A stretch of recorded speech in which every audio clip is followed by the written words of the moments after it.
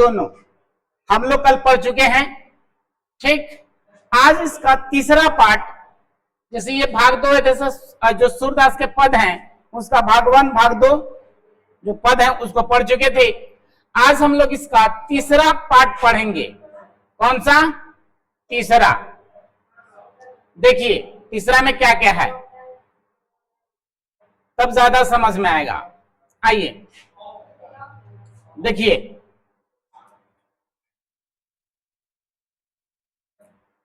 पिछली क्लास में हो चुका था सूरदास के जीवनी के बारे में, थोड़ा सा रिवाइज कर दे आपको हम। ठीक है, कि सूरदास के जीवनी के बारे में हम लोग कल बात कर चुके हैं। ठीक, क्लियर है। उनका जन्म था बाबू 1478 में, मृत्यु था 1583 में। जन्म स्थान का अगर बात करें तो जन्म स्थान दो जगह पे था। एक जगह था मथुरा का रेणुका क्षेत्र है, वो कौन कौन? मथुरा का रेणुका क्षेत्र। सेकेंड था दिल्ली का सिंही। ये दो जगह उनका जन्म स्थान माना जाता है। क्लियर है? ये 3 चीज तो आपको याद करना है। उनका जन्म कब हुआ था, मृत्यु कब हुआ था, 2 चीज, उनका जन्म स्थान, ये 3 चीज आपको क्लियर करना है। ठीक है, चलिए अब अगर आगे देखें कि और क्या हम लोग देख चुके हैं। ठीक, तो देखिए उसके बाद हमने कहा कि इनके जो गुरु थे जिनको माने थे ये, उनके गुरु का नाम था वल्लभाचार्य। क्या नाम था बाबू? वल्लभाचार्य था, जो अष्टाछाप के लेखक हैं। किसके लेखक हैं? अष्टाछाप के लेखक हैं बाबू। ये तो क्लियर है। अष्टाछाप में जो सर्वोपरि है वो सूरदास है। कौन है बाबू? सूरदास हैं। ये चीज क्लियर होना चाहिए आपको कि उनके जो गुरु थे वल्लभाचार्य, जो अष्टाछाप के लेखक हैं, और इस अष्टाछाप के कवियों में सबसे श्रेष्ठ अगर माना जाता है तो सूरदास को माना जाता है। क्लियर है? यहां तो पता है। अच्छा, ये जीवन यापन के लिए श्रीनाथ जी के मंदिर में, इस नाम को याद रख लीजिएगा कि श्रीनाथ जी के मंदिर में, ठीक है, भजन कीर्तन कर अपना जीवन यापन करते थे। क्लियर है? मथुरा और वृंदावन के बीच में, मथुरा और वृंदावन के बीच में। क्लियर है? इतना याद है। अच्छा, उनकी 3 रचनाएं हैं। उनकी 3 रच कौन कौन? पहला बाबू सुर सागर, ठीक, दूसरा है सुर सरावली, तीसरा है बाबू साहित्य लहरी, है ना। ये 3 चीज उनकी रचनाएं याद करेंगे आप लोग, और तीनों से क्वेश्चन जरूर आएगा। और जो हम लोग ये पद पढ़ रहे हैं ना, 1 2 3 4 जो पद पढ़ रहे हैं, वो पद किससे लिया गया है? सुर सागर से लिया गया है। ठीक, इतना चीज उनके जीवन के बारे में आपको जानना आवश्यक है, जो हम आज रिवाइज करा दिए। आपके माइंड में अगर छूट गया हो या फिर जो पहली बार आज हो कल ना हो, उनके लिए ये था। उसके बाद अगर आगे बढ़ते तो पद 1 और पद 2 में हमने पढ़ाया आपको। इन शॉर्ट मैं आपको बता दूं, ठीक है, इन शॉर्ट मैं आपको बता दूं कि पहला जो पद था उसमें था कि उद्धव जब उनका श्री कृष्ण का प्रेम संदेश की जगह योग संदेश लेकर आते हैं, और उस पत्र में गोपियों का नाम नहीं होता है। ठीक, तो वो चिट्ठी जो संदेश होता है उसको फाड़ते हैं, लेकिन जो उद्धव जी हैं उनको प्रेम संदेश की जगह योग संदेश सुनाते हैं। क्लियर है? जिनको सुनने के बाद कहते हैं कि हे उद्धव आप बहुत बड़े भाग्यवान हैं, या फिर कहिए कि उनको अवहेलना करते हैं कि तुम बहुत बड़े क्या हो, भाग्यहीन व्यक्ति हो, जो प्रेम के सागर के पास रहकर भी प्रेम करना नहीं जानते हो। तुम उस कमल के पत्ते और तेल से भरे गागर के समान हो, जो पानी में डूबे रहने के बावजूद भी जल का एक बूंद तक नहीं टिकता है। और एक हम है जो श्री कृष्ण से कुछ ही दिन मिल पाए हैं, उनके साथ रहने का मौका बहुत कम दिन मिला है, फिर भी हम उनसे अत्यधिक प्रेम करते हैं। क्लियर है? अच्छा, ये तो था उन जो पद 1 था। उसमें फिर कहते हैं कि आपका जो योग संदेश है वो हमारे लिए सही नहीं है, हमारी मन की बात तो मन में ही रह गए थे। हम इस आस में जी रहे थे कि जब वो आएंगे तो अपनी मन की बात हम बोल देंगे, लेकिन आपका संदेश सुनकर ना उद्धव जी हमारा जो विरह अग्नि है ना और अधिक बढ़ गया है, और हम किसी से अपनी मन की बात तो कह भी नहीं सकते हैं, और अगर किसी से कहते हैं तो उधर से ही ज्वाला की अग्नि मन जो विरह की अग्नि है वो हमारी तरफ आता है। इसलिए हम मरना पसंद करते हैं लेकिन किसी से कहना पसंद नहीं करते हैं। और वैसे भी उद्धव जी हम तो उस चींटी के समान है, उस कमजोर चींटी के समान है जो अत्यधिक प्रेम करते हैं गुड़ से, मतलब गुड़ के लिए चींटी अपना जान दे देती है लेकिन छोड़ती नहीं है। सेम टू सेम मेरा कंडीशन है कि श्री कृष्ण के लिए, प्रेम के लिए हम कुछ भी कर सकते हैं लेकिन योग संदेश या योग हम ग्रहण नहीं कर सकते। ये कल तक की जानकारी थी बाबू, ठीक। इन शॉर्ट मैंने आपको बता दिया। चलिए यहां तक किसी को कोई दिक्कत नहीं होगा। अब आइए हम लोग आज जो तीसरा जो है उसको पढ़ते हैं, ठीक। तीसरा वाला जो है हम लोग आज क्लियर करते हैं। आइए तीसरे में और चौथे में भी जो ये गोपियां हैं उनका ना, उनका व्यवस्था झलकता है, ठीक। वो चाह कर भी श्री कृष्ण को नहीं भुला पाती हैं। और उद्धव को जो वाक चातुर व्यक्ति थे, हमने कहा था वाक चातुर व्यक्ति ऐसा होता है जो किसी को अपने बातों से हरा देता है, क्लियर है। तो वैसे वाक चातुर व्यक्ति को भी गोपियां अपनी बातों से परास्त करती है, हराती हैं, ठीक। आइए नंबर 3 में हम मिलते हैं। ध्यान देंगे आप लोग, बड़ी ध्यान से ध्यान देंगे, बड़ी ध्यान से। कैसे सो देखिए, मिलाइएगा एक लाइन ताकि दिक्कत आपको ना हो। यहां कहते हैं कि हमरो हरी हारिल की लकड़ी।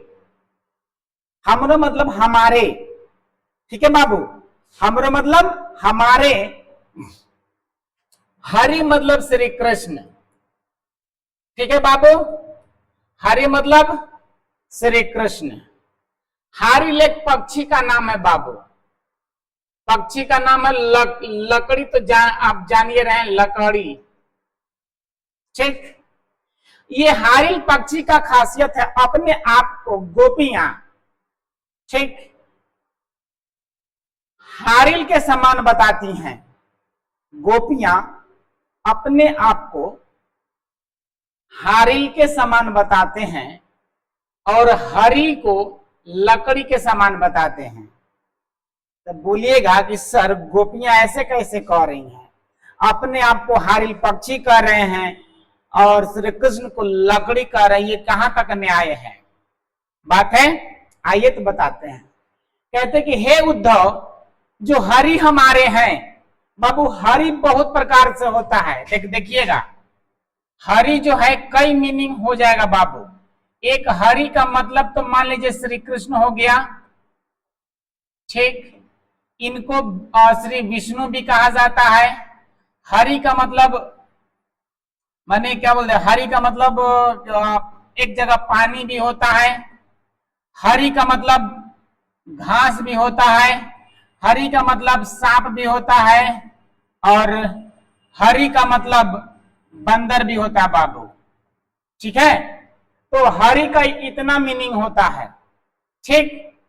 श्री कृष्ण हो गया, विष्णु हो गया, पानी हो गया, घास हो गया, सांप हो गया और बंदर हो गया, ठीक है। और इसी हरि के चक्कर में याद होगा कि एक बार श्री नारद जी जब किसी कन्या पर मोहित हो गए थे और वो उससे विवाह करना चाह रहे थे, तो उन्होंने सोचा कि हम अगर नारद के रूप में जाएंगे तो लोग हमें पहचान लेंगे और जो हम अपनी काम वासना पर जो कंट्रोल कर लिए हैं, लोग हमें अच्छे निगाहों से नहीं देखेंगे। तो विष्णु के पास जाते हैं और बोलते हैं कि हम अपने नारद का जो मुख है हमको बदल कर हमको हरि का मुख कर दीजिए, माने आप अपने समान मेरा मुख कर दीजिए। हरि बोलते हैं और जो विष्णु जी हैं उनकी बातों को समझ जाते हैं, क्योंकि जिस नगरी के लड़की पर कोई जो सुंदरी थी उन पर जो मोहित हुए थे, इस श्री हरि का रचा हुआ माया नगरी था। श्री हरि का मुख मांगे और श्री हरि माने किस चीज का मुख दे दिए? बंदर का, जिसके चलते उनका विवाह नहीं हो पाता है। और वो श्राप देते हैं श्री विष्णु को कि जिस औरत के लिए हमको इतना तड़पाए और बेइज्जती हुआ है, एक समय ऐसा आएगा श्री हरि कि आप भी औरत के लिए तड़पिएगा। और बाबू वही वाला बात आगे सच होता है। ऐसा लोग कहते हैं, शायद कहीं ना कहीं मेंशन है कि सीता का हरण जब हुआ था तो राम जी श्री हरि का अवतार वो भी सीता के लिए तड़पे थे। खैर वहां छोड़िए।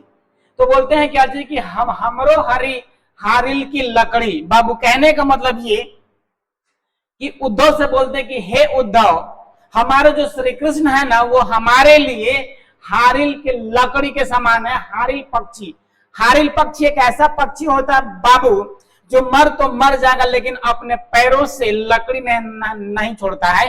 वो जहां जाता है अपने पैरों में लकड़ी दबाए रखता है। वो जहां भी जाता है अपने पैरों में लकड़ी दबाए रखता है बाबू। ठीक, रात दिन जब भी जहां भी जाएगा मर जाएगा लेकिन छोड़ता नहीं है। तो बोलता है कि जो श्री कृष्ण है ना उद्धव, हमारे लिए हारिल के लकड़ी के समान है। हम उनको रात दिन सुबह शाम जब कहिए तब श्री हरि श्री हरि श्री हरि, हमारे बाकी कोई नहीं है। इसीलिए कहते हैं कि हरि हमरो हरि हारिल की लकड़ी। अब देखिएगा, मन क्रम वचन नंद नंदन उरिया दृढ़ करी पकड़ी। इतना सारा चीज कहते हैं। क्या चीज?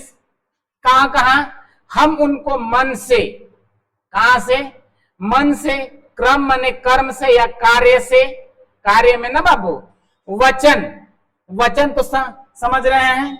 नंद मतलब कि उनके घर परिवार, जो पिताजी भी, नंदन यानी जो वन था, वन ना, उस वन में, उर माने हृदय में, ठीक, हृदय में हर जगह दृढ़, ये मन में दृढ़ भावना के साथ उनको पकड़े हुए हैं। मतलब श्री कृष्ण को आप जो भूलने की बात कर रहे हैं ना उद्धव, हम उनको अपने मन, जब मेरा हमेशा मन में श्री कृष्ण है, कोई काम कर रहे हैं, कोई कर्म कर रहे हैं, कुछ भी कर रहे हैं तो भी श्री कृष्ण है। हर वचन में, हर बात में, वचन से हर चीज में श्री कृष्ण है। नंद हमारे घर परिवार हर किसी में अगर देखे तो श्री कृष्ण है।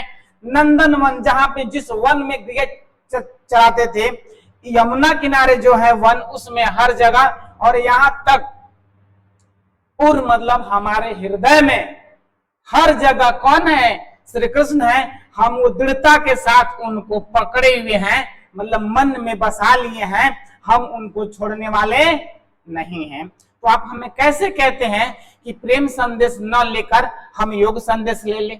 जब इतने सारे चीज से पकड़ के बैठे हैं तो हम कैसे छोड़ दे उद्धव? हम प्रेम करते हैं उनसे, चाहे कुछ भी हो जाए, हम उनको छोड़ने वाले नहीं हैं। आगे कहते हैं कि जागत सोवत, जागत मतलब जब हम जगे होते हैं, जब हम जगे होते हैं या सो रहे होते हैं, सब अगर सपना भी देखते हैं, या दिवस माने दिन हो, निशी माने रात हो, जब भी हो, हम क्या करते? कान्हा कान्हा रटते हैं। क्या रटते हैं? कान्हा कान्हा रटते रहते हैं। हे उद्धव, आप कैसे कहते हैं कि छोड़ दें, प्रेम करना छोड़ दें? जागते सोते रात में दिन में, जब सपना में भी, सपना में भी श्री कृष्ण है, दिन में भी श्री कृष्ण, रात में श्री कृष्ण, सोते श्री कृष्ण, जागते श्री कृष्ण। हमेशा हम एक ही नाम जपते हैं। कौन? कान्हा कान्हा हम जप रहे हैं। तो सोचिए कि हमारे प्रेम की पराकाष्ठा कहां है उद्धव? कैसे कहते हैं कि हम योग संदेश एक्सेप्ट कर ले? सुनत जोग लागत है ऐसे। हे उद्धव, आपका जोग जो सुना रहे योग संदेश ना, जो योग संदेश हमको सुना रहे हैं, हे उद्धव, सुनत जोग लागत है ऐसो। हे उद्धव, आपका जो योग संदेश है हमको ऐसा सुनकर लग रहा है जैसे ज्यों करुई ककड़ी। कड़वा, करुई मने कड़वा, अब ये तो कंकड़ी जानते हैं बाबू, आप मीठा कंकड़ी खा रहे हो और अचानक एगो कड़वा या तीखा या तीता आ जाएगा तो मुंह कैसा बन जाता है? बड़ा टाइप से, ठीक ना, बड़ा टाइप से बनता है ना। तो बोल रहा है कि आपका जो योग संदेश सुन के हमको ऐसा लग रहा है कि जैसे बीच में कड़वा ककड़ी हम खा लिए हो और हमारे पूरे तन बदन में अजीब सा महसूस हो गया हो। ठीक, तो हमको आप बताइए उद्धव, हम कैसे छोड़ दें? इतना सारा चीज बोलते हैं कि हरि हमारे लिए हारिल के लकड़ी के समान है, हम मर जाएंगे लेकिन छोड़ेंगे नहीं। अपने मन से, क्रम से, वचन से, नन से, जहां भी, हर चीज में, घर परिवार बाहर भीतर, हर चीज हमारे दृढ़ता में, हमारे हृदय में कौन है? श्री कृष्ण है। छोड़ कैसे दें? यहां तक कि सोते जागते उठते बैठते स्वप्न में, दिन में, रात में, हमेशा हम कान्हा कान्हा चिल्लाते, सुतते हैं तो भी सपना में कान्हा कान्हा बुवाते हैं, चिल्लाते हैं। तो बताइए ना कैसे योग संदेश एक्सेप्ट कर ले? कुछ तो दया कीजिए।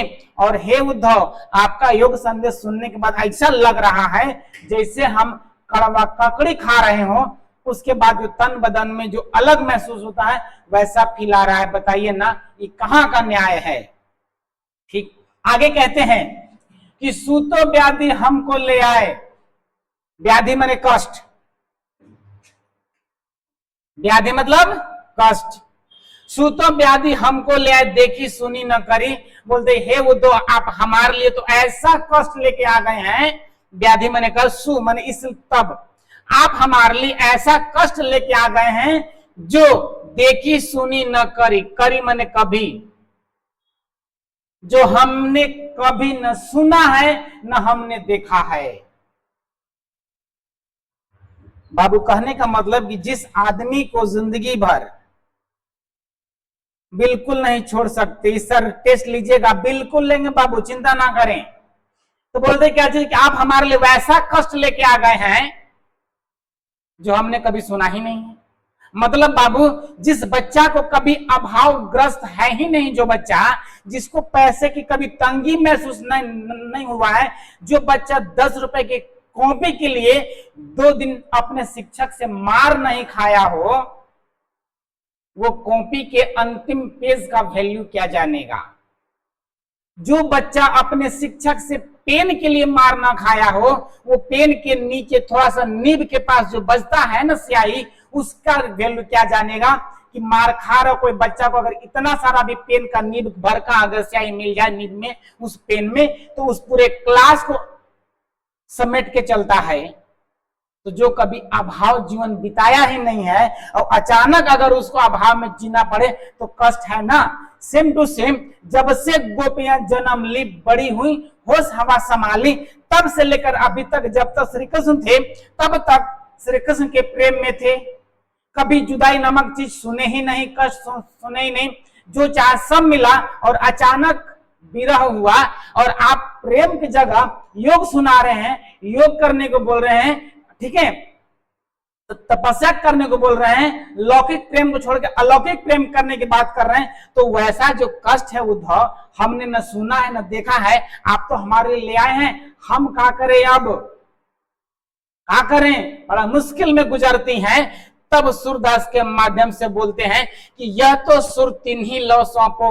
हे उद्धव, तिन्ही का मतलब उनको ही, तिन्ही मतलब उनको, ठीक है बाबू, तिन्ही मतलब उनको ही। यह तो सुर तिन्ही लय सौंपो, माने सौंप दो, वापिस कर दो, दे दो, नहीं चाहिए हमको। यह तो सुर जो योग संदेश है बबुआ, ये वाला जो योग संदेश है, हे उद्धव, आप हमको जो सुना रहे हो ना, जो हमको सुना रहे हैं कि हम ऐसा करें, हम वैसा करें, प्रेम करना छोड़ दें, तो हे उद्धव, यह उनको ही जाके सौंप दो जिनके मन चक्री। चक्री समझते हैं बाबू? जो गोल गोल घूमता है, ऐसे ऐसे जाता, कोई चक्री घूरते रहता है, अस्थिर नहीं होता है ना। बोलता है कि हे उद्धव, यह योग संदेश उनको सुनाना। आप जो हमको बोल रहे हैं कि योग संदेश लेकर हमको योग करने की बात करें, मन शांत होगा, मन भटकेगा नहीं। हमारे धर्म गुरु भी कुछ कुछ कहते हैं कि योगासन करो, माइंड भटकेगा नहीं, किसी के प्रति आकर्षित नहीं होगा। अरे बहुआ, मन आकर्षित तब होता है जब पेट भरा होता है, जब सुख ही सुख होता है ना जीवन में, तब किसी के प्रति आकर्षण पैदा होता है। लेकिन अगर जिस दिन पेट भरा न हो ना, अभाव में जब जीते हैं ना हम, तो हम किसी के प्रति आकर्षण नहीं होते हैं, बल्कि हमारा मेन मुद्दा होता है कि आज शाम का खाना कहां से खाया जाए। क्लियर है? तो बोलते हैं क्या चीज कि ये उनको सौंप दीजिए, आकर्षण विकर्षण हमको मत समझाइए। हम प्रेम करते हैं, आकर्षण का चीज है, आकर्षण नहीं है हमको, हम उनसे प्रेम करते हैं। और वैसे भी अगर लगता है कि योग संदेश सुनना चाहिए, अगर उद्धव लगता है कि योग संदेश सुनना चाहिए, मामला गहमा गहमी हो गया। ठीक, तो अगर लगता है उद्धव कि योग संदेश सुनना चाहिए, तो ये उनको ही सौंप दीजिए जिनके मन चक्री, जिनका मन चंचल है। कहा है बाबू? मन चंचल है। आज इसके पास तो कल उसके पास और परसों किसी और के पास। तो योग संदेश उनको जरूरत है जिनका मन चंचल है, अर्थात श्री कृष्ण को। किसको? श्री कृष्ण को। क्लियर है? कल के गए हमसे प्रेम किए, फिर राधा से किए, अब जहां गए वहां किए, तो उनका न मन चंचल है बाबू। हमरा थोड़ी है उद्धव, हमरे तो सिर्फ एक नाम है, हमारा सिर्फ एक नाम है। क्या नाम है? श्री कृष्ण, श्री कृष्ण, श्री कृष्ण, श्री कृष्ण। जागे तो श्री कृष्ण, सोए तो श्री कृष्ण। सपना, दिन रात, मन वचन कर्म, हर समय कौन है बाबू? श्री कृष्ण। तो काहे का योग संदेश हमको? योग संदेश उनको सौंप दीजिए जिनका मन चक्री के समान है, चंचल है, जिनका मन स्थिर नहीं है। जाइए वापस श्री कृष्ण को सुना दीजिए, हमको सुनाने की जरूरत नहीं है। क्लियर है बाबू? इस वाले टॉपिक में कोई दिक्कत नहीं है। रोहित जी कुछ बोल रहे हैं, अब टाइप कर दीजिए, इसमें तो कोई दिक्कत ना है। ठीक बाबू, कहने का मतलब देखिए, देरी से पढ़ाने का मेरा तात्पर्य ये होता है कि एक टॉपिक में इसलिए समय ज्यादा हम लगाते हैं ताकि आपको लाइन बाय लाइन, शब्द बाय शब्द आपको समझ में आ जाए, ताकि फिर दोबारा आपको किसी का जरूरत ना पड़े, आप सेल्फ डिपेंड बन जाएं। ठीक है? हम वैसे तो कर नहीं सकते हैं कि बस यूं ही पढ़ा दिए और एक बार बोल के निकल गए ताकि हमको जल्दी से खत्म करना है। वैसे बाबू हम नहीं कर सकते हैं। जब तक आपको ये टॉपिक समझ में ना, ये भाग समझ में ना आ जाए, तब तक आगे पढ़ने का और सब खत्म करने का कोई मतलब नहीं होता है। गलत बात है सर अलौकिक प्रेम करना। नहीं बाबू, प्रेम तो कर सकते हैं, अलग बात है, अपना अपना कीजिए। खैर, तो इसमें कोई प्रॉब्लम नहीं होना चाहिए आपको। लगभग सारे शब्दों को विस्तार से बताने का हमने प्रयास किया है। ठीक है, चलिए अब हम लोग अगले वाले में चलते हैं, चौथा में। आइए देखिए इधर, चौथा और अंतिम है। ठीक है बाबू, हरि है राजनीति पढ़िया है। हरि मतलब कौन? अभी तुरंत बताया बाबू, श्री कृष्ण। ठीक है, हरि मतलब कौन? श्री कृष्ण। ठीक, चलिए चलिए, रंजेश, अनुज, कुंडल जी, रोहित जी, आरती, चलिए ठीक है, नहीं सही, मिलते हैं। तो अब यहां क्या करें, लास्ट वाले में क्या करें बाबू, एक मिनट।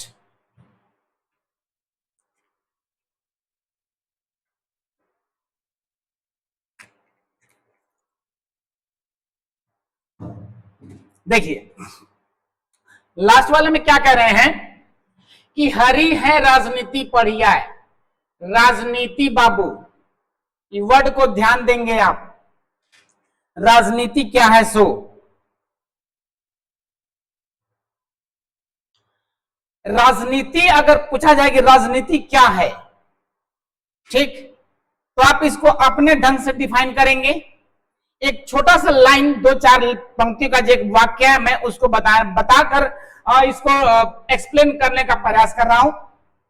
एक लड़का अपने पिता से पूछता है कि पिताजी पॉलिटिक्स क्या होता है। पॉलिटिक्स बोले तो राजनीति, ठीक।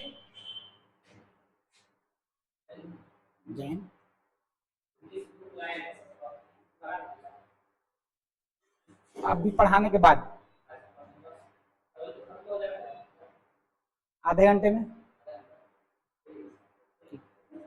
तो बोलता है, पिताजी से पूछता है कि पिताजी ये पॉलिटिक्स क्या होता है, राजनीति क्या होता है, ठीक है।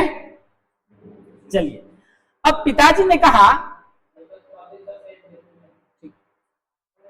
कहा कि बाबू जो पॉलिटिक्स जो है ना, उसको समझाने से पहले एक मेरा काम करो। पिता ने कहा कि मेरे काम करो। उस लड़के ने कहा कि बोलिए। बोले काम करो, अभी के अभी तुम पहले छत पे जाओ, फिर हमसे बात करना। लड़का फट से गया, छत पे चढ़ गया। उसके बाद छत के सामने आकर पिताजी ने कहा कि चलो जंप करो। क्या कहा? जंप करो। लड़का बोलता है कि पिताजी अगर मैं ऊपर से किया तो मैं तो मर जाऊंगा, हमारी तो हल, ठीक है मरेंगे नहीं, हाथ पैर तो टूट जाएगा ना। पिताजी ने कहा कि अब तुमको अपने बाप पे भरोसा नहीं है, चलो कूदो, चलो कूदो, दौड़ो, उठो, छलांग लगाओ। बेटा 2-3 बार बोला कि पिताजी मैं गिर जाऊंगा, मैं गिर जाऊंगा, मैं गिर जाऊंगा, मेरी हड्डी पसली टूट जाएगी या तो मैं मर जाऊंगा। और पिताजी हर बार कहते रहे कि तुमको अपने बाप पे भरोसा नहीं है, बाप से मुंह लड़ाते हो, मैं तुम्हारा बाप हूं। और वैसे हाथ किए और बेटा बाप पे भरोसा करके जंप कर गया। जब तक बेटा जंप नहीं किया था तब तक उसके बाप ने ऐसे बाएं फैलाए उसको लेने के लिए तैयार थे। और जैसे ही जंप किया बाप हाथ समेट लिए और चुपचाप खड़े हो गए। बेटा गिरता है, उसका हाथ पैर टूट जाता है, लेकिन मरता नहीं है बाबू। कराहते हुए बोलता है कि पिताजी जब आपको जब हमको जब गोद नहीं ले सकते थे, जब आप हमको संभाल नहीं सकते थे, तो काहे बोले उछल जाओ। और देखे तो उछल तो गए, आप हमको लोग पाए, कैच कर पाए, आप तो बल्कि हाथ समेट लिए। पिताजी ने बड़े प्यार से कहा बाबू यही राजनीति है। क्या है? यही राजनीति है। मतलब कि अब कह के नहीं करना, मतलब झूठ बोलना ही राजनीति है। क्या है? राजनीति है।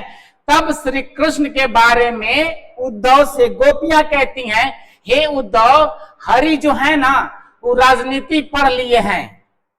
क्या कर लिए हैं? राजनीति पढ़ लिए हैं। ठीक है, अच्छा खत्म हो गया है।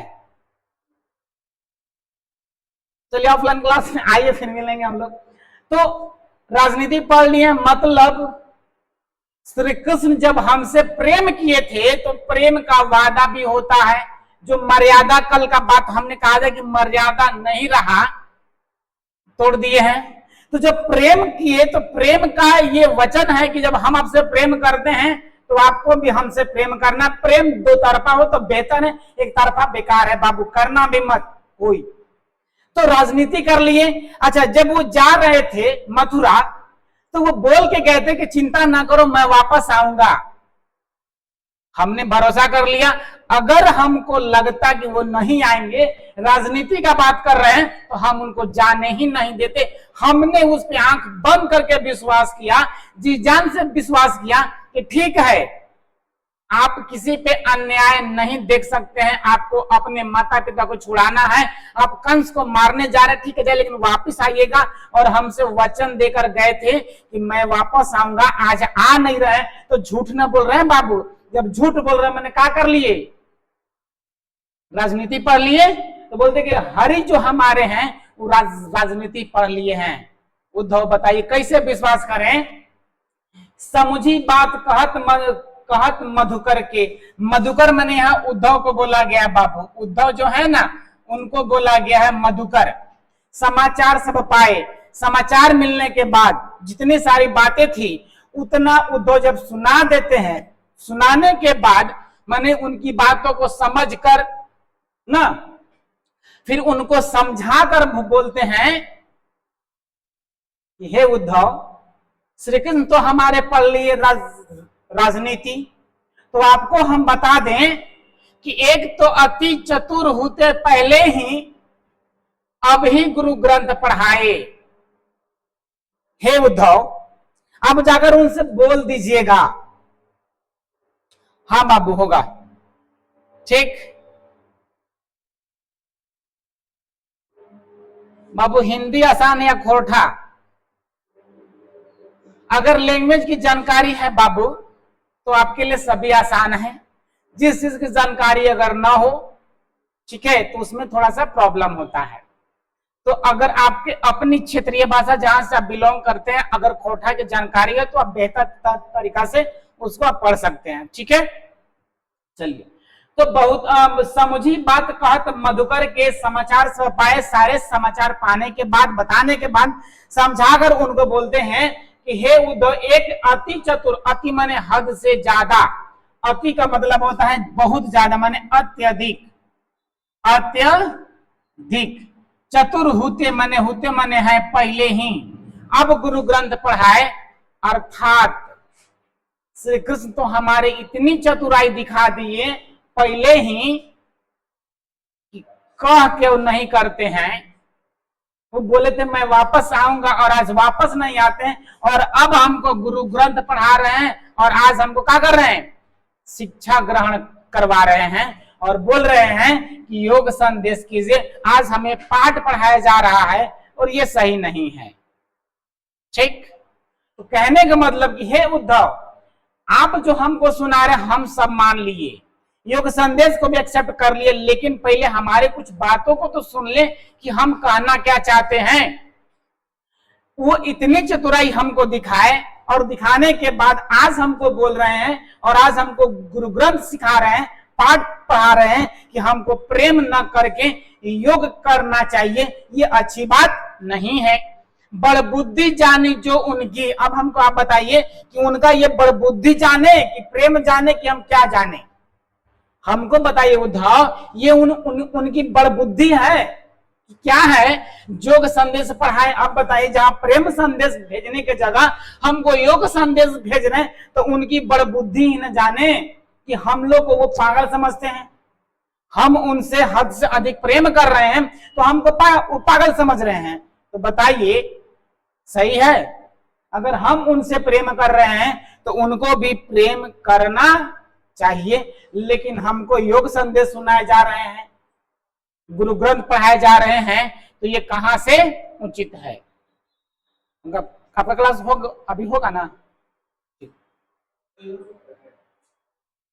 ठीक है, ठीक। लास्ट उद्धव अब क्या कहते हैं कि उद्धव, भले लोग आगे के परहित डोलत धाये।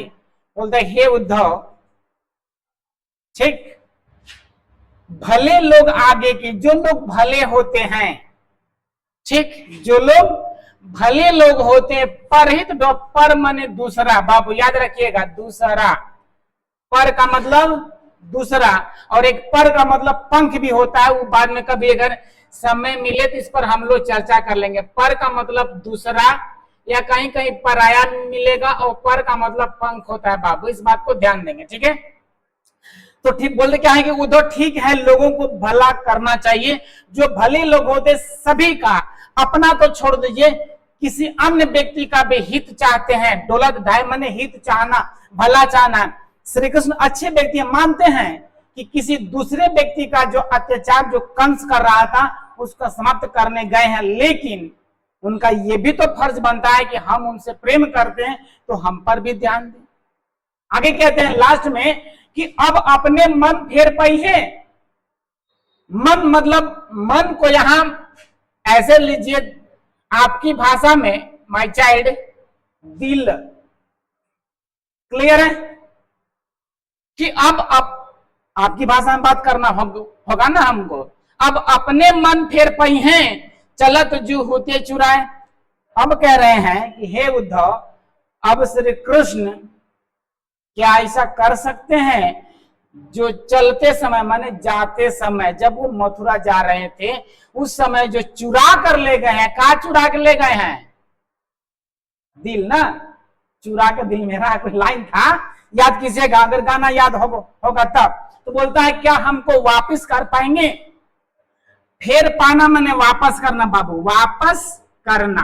तो क्या जब वो मथुरा जा रहे थे उस समय जो हम सभी लोगों का जो मन जो चुरा के ले गए हैं, क्या उसको फेर पाएंगे, वापस कर पाएंगे? अगर ऐसा कर पाएंगे तो हम उनका योग संदेश एक्सेप्ट करते हैं, वरना हम तो करेंगे तो प्रेम ही। योग को रख लीजिए आप, ठीक।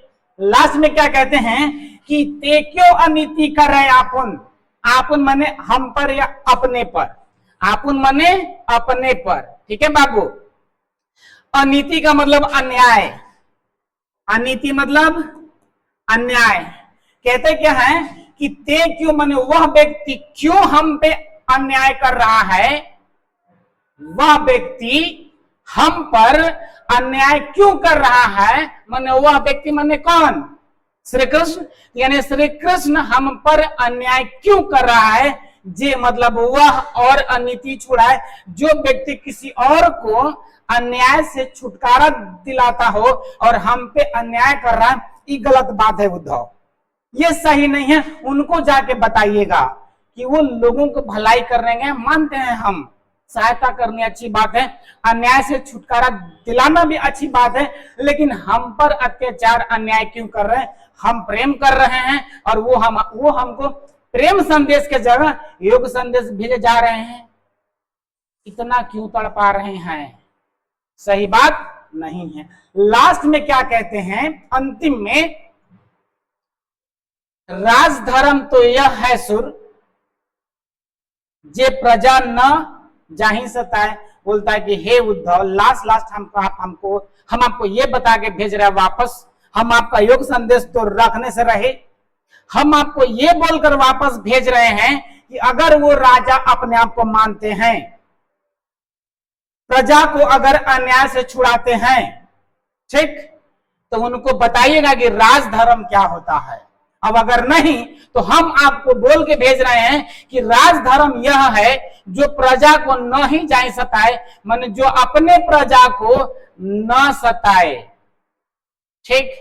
हम भी तो उनके प्रजा के बराबर ही हैं। अगर वो हमको सता रहे हैं तो वो राजा है ही नहीं। अब जब राजा नहीं है तो राजधर्म कैसा? क्लियर है? मतलब अगर वो राजा मानते हैं अपने आप को तो राजधर्म ये कहता है कि अपने प्रजा को न सताए, जाइए कि जो बातें हमने आपसे कहा है वो बातें वापस श्री कृष्ण को दे दीजिए। अब कहने सुनने की कोई बात नहीं रही। क्लियर है?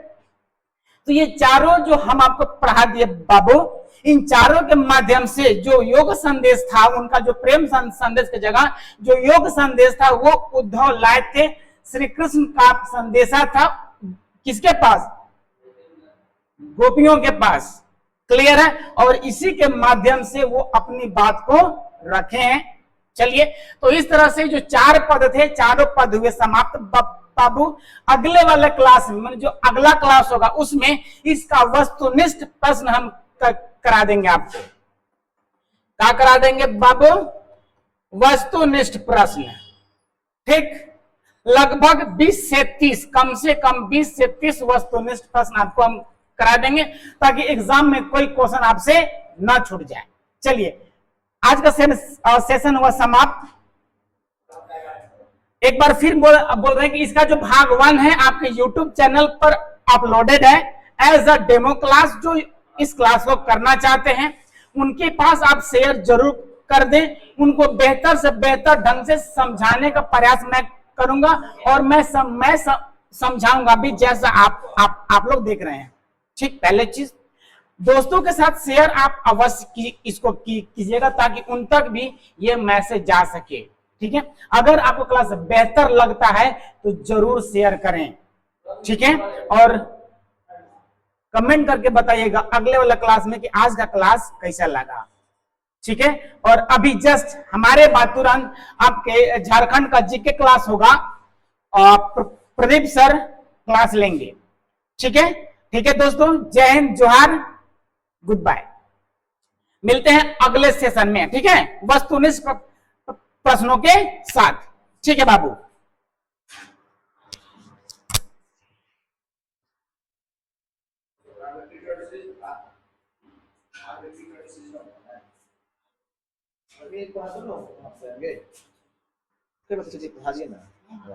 मजा नहीं करता है, खूब जरूरत नहीं, तेज हो जाता, बहुत अच्छा लगा सर। क्लास बदल गए हैं, मजा नहीं किया तो शुरू करते सही क्या?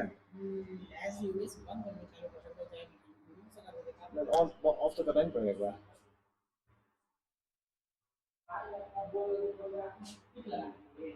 हाँ ठीक लगा दीजिए।